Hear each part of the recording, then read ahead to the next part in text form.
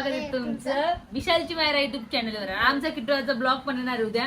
किटूचा first डेचा स्कूलला कसा गेला, तो काय काय नेलं टिफिनला, कसा गेला, कसं उठवलं पप्पांनी, कशी तयारी केली, हे तर मी तुमच्या याच्या ब्लॉग मध्ये जाऊन बघणार आहे ना पिल्लू। आता तो रोज ब्लॉग काढणार आहे आणि मी आज नाही का मम्मी जरा बोल माझा पहिला ब्लॉग बंद होते। सॉरी सॉरी, त्याचे पहिले ब्लॉग बंद होते सुट्ट्यामुळे, कारण त्याला सुट्ट्या लागलेल्या त्याच्यामुळे, आहे की नाही किटू आता।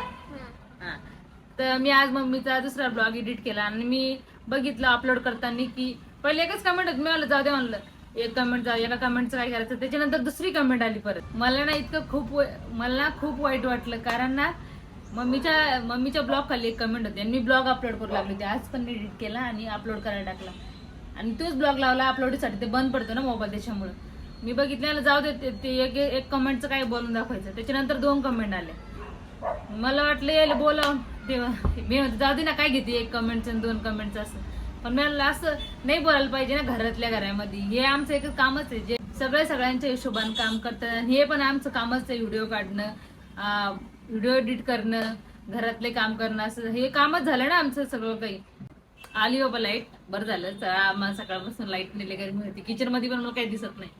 आणि कमेंट अशी होती माहिती का, मम्मीची यायला कमेंट होती, बस यायला वाईट करायचं ना आमच्या ब्लॉग मध्ये मम्मीला वाईट करायचं। मागच्या वेळेस पण तर होती, तुझी सासू काही करत नाही का, असं कशाला करता, आम्हाला 1-2 जण असते, 1-2-3 जण, काय माहित काय भेटते त्याला अशी कमेंट करून। आणि अशी कमेंट होती, आता मला लक्षात पण नाही, मोठा मोठा पॅरेग्राफ असतंय ती विशाल फुकटचं खातं फक्त घरामध्ये, असं अशी मला वाचू पण नाही वाटत मला अशी कमेंट। आणि दुसऱ्याचं नाव घेऊन मल्ले कस्तुरी होतं, माझ्या नवऱ्याचं कोणी इज्जत केलं, म्हणजे नाव घेतलं दुसऱ्याचं नाव घेतलं की मल्ले कस्तुरी होतं, असं नाव नाही घ्यायचं, आमच्या घरातल्या याचं बोलायचं, बाकीच्या लोकांचं बोलायचं नाही, ते कॉमेंटचं पण असो विषय, पण लोकांचं बोलायचं नाही आमच्या समोर। घरातल्या सगळ्याच गोष्टी तुमच्या समोर मांडल्या नाही पाहिजे, पण आता तुम्ही अशा कॉमेंट्स करता म्हणून मला उत्तर द्यावं लागतंय, दुसऱ्या वेळेस केलं नाही पाहिजे आणि माझ्या नवऱ्याचं नाव नाही आलं नाही पाहिजे की काहीच करत नाही म्हणून, बसून खातोय, बसून नाही खाते, बसून मोबाईल मध्ये कामं करत असतील, जसं की प्रमोशनचे असो का व्हिडिओ एडिट करायचे असलं, मी ब्लॉगिंग करते, पण व्हिडिओ एडिट करणं, शॉर्ट्स करणं हे नाही येते मला, बाकी ते करते। आणि बाहेरचा खर्च म्हणले की हॉस्पिटलचा वेगळा खर्च, माझा लाईट बिलचा, आता माहिती का आम्हाला 9-10 हजार रुपये लाईट बिल आलेलं, बरं ते व्हीटर पण काढलेलं आहे आम्ही, आता पावसाळ्यात रबर चालू करावं लागेल, तेव्हा किती बिल आहे। आणि प्रत्येक महिन्यात आम्हाला 8-9 हजाराच्या वेळेस 8-9-10 हजार इतकंच बिल येतंय। पहिले तर बापरे 50-60 हजार रुपये बेस भरायची मम्मी म्हणते, आता तरी आमच्या अशा बटनाला हात चालूच असते, बंद लाईट चालू बंद असं असतंय। आणि परत माझा खर्च दर महिन्याला 3-4 हजार रुपये मी हॉस्पिटलमध्ये, प्रायव्हेट मध्ये चालू आहे ते पण।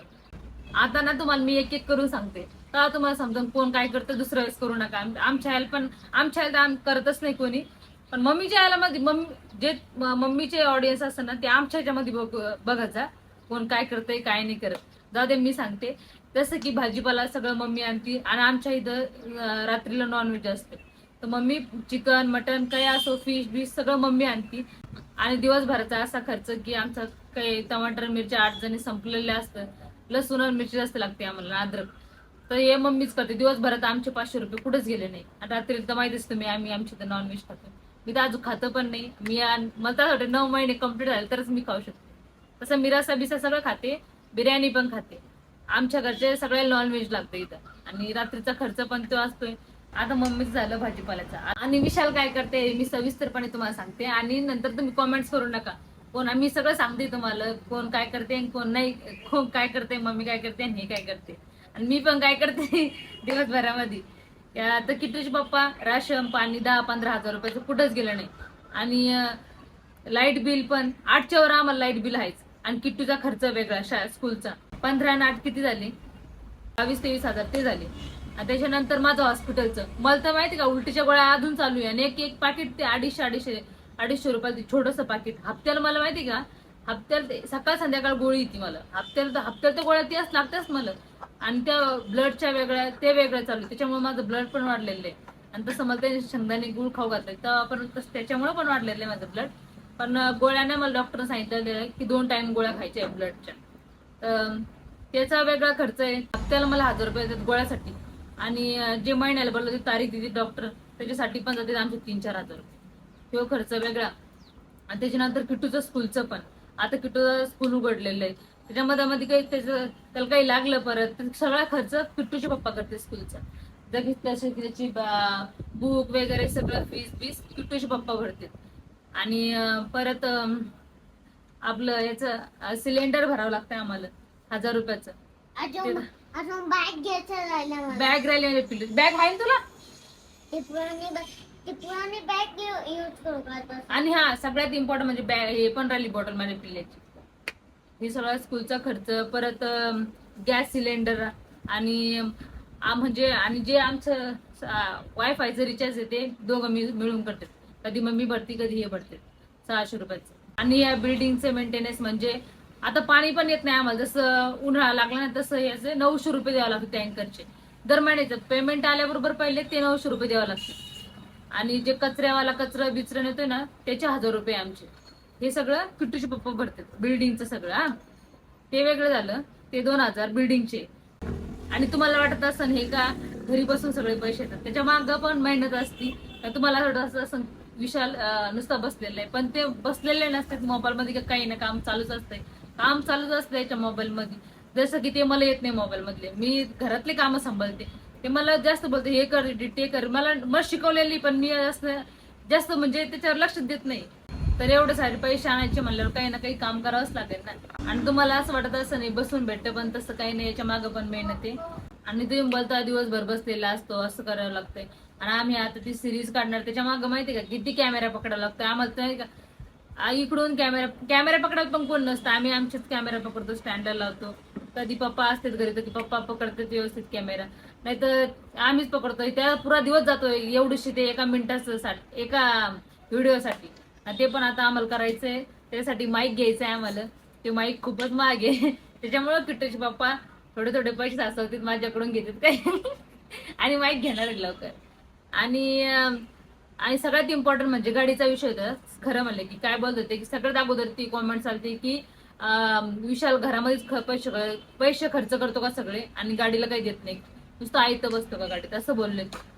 तर गाडीचा खर्च मम्मीने आताच गाडी घेतलेली, मम्मी हप्ते भरती गाडीचे.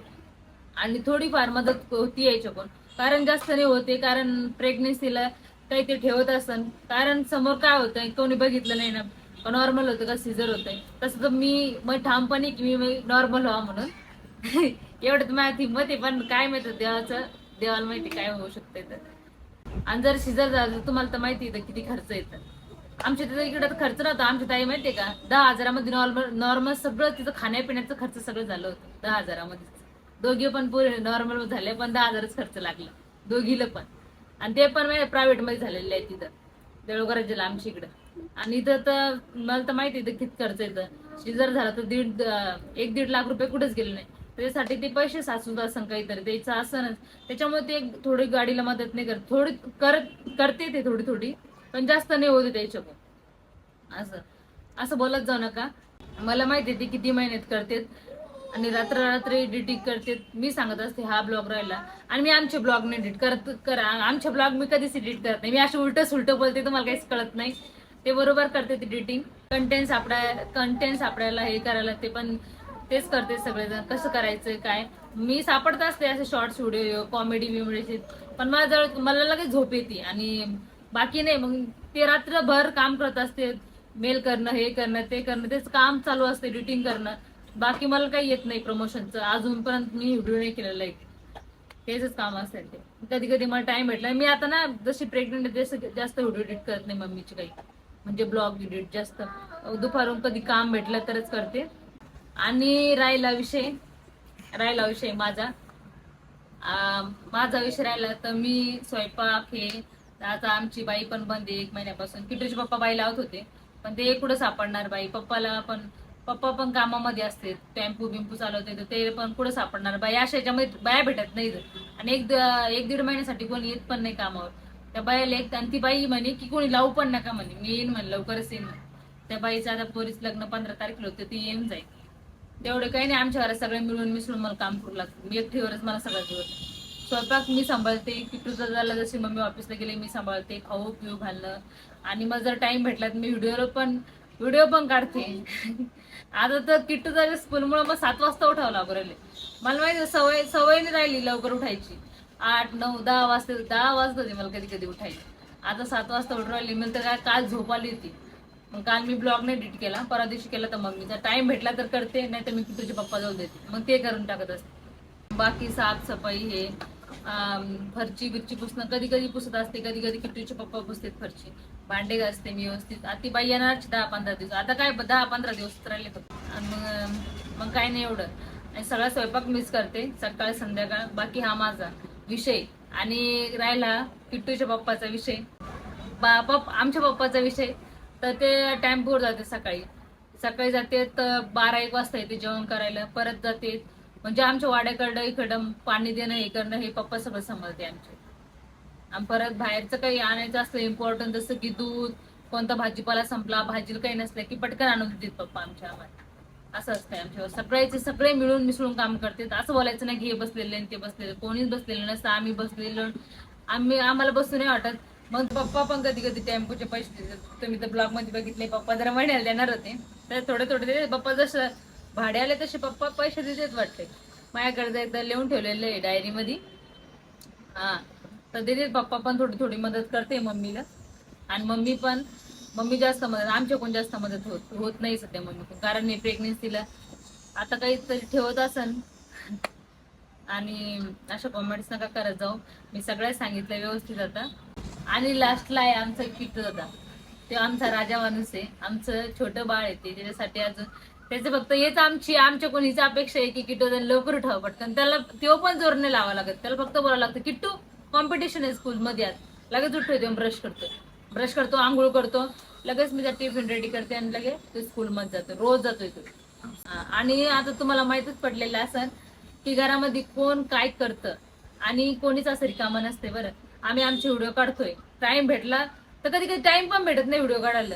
त्याच्यामुळे तुम्ही बोलता की विशाल मायरा विशाल तुमचे ब्लॉगच ना आले, कधी भेटतच नाही टाइम. कधी कधी लाईट नसते आमच्यात. आता पावसाळ्यात झाडं कट करणं चालू, तेव्हा लाईट पण नाही राहत आमच्या इथं. आणि व्हिडिओ पण काढता येत नाही, काम पण होत नाही का लाईट शिवाय कोणते. आमचे सगळे इलेक्ट्रिकचे काम आहे सगळे आमचे. मोबाईल मध्ये चार्जिंग पण आहे, आयफोन मध्ये लवकर चार्जिंग संबंध यायच्या. तर मी सगळं सांगितलेलं आहे डिटेल. याच्यानंतर असे कॉमेंट्स करता नका मम्मीच्या ब्लॉगला पण आणि आमच्या ब्लॉगला पण. आणि किट्टू दादाच्या पण असं बोलायचं नाही. त्याच्यासोबत मी एकच